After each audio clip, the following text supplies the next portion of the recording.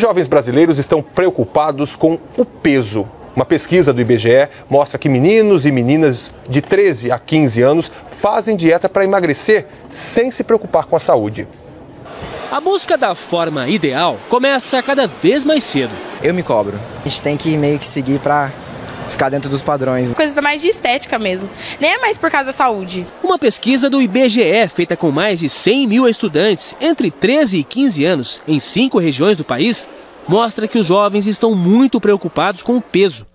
O estudo revela que 31% das meninas fazem regime. Entre os meninos, 21% se preocupam em ganhar mais peso e músculos. Não há problema em se olhar no espelho e achar que o corpo poderia ter algo de diferente, mas tornar o emagrecimento ou o fortalecimento dos músculos uma obsessão só para se adequar à moda pode trazer problemas. Em vez de ganhos para a saúde, o efeito vai ser o inverso.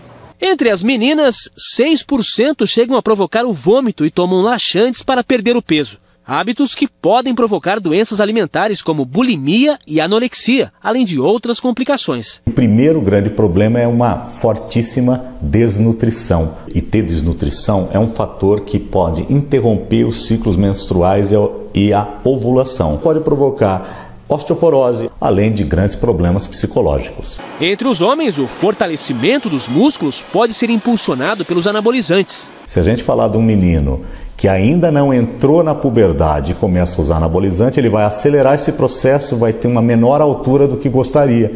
Pode ter entre 5 a 10 centímetros menos do que teria normalmente se não tivesse feito nada. Bom, e o médico que a gente ouviu nessa reportagem também alerta para o uso exagerado ou o uso do anabolizante, que é proibido. Ele afirma que os anabolizantes podem prejudicar o fígado e aumentar o risco de câncer de próstata.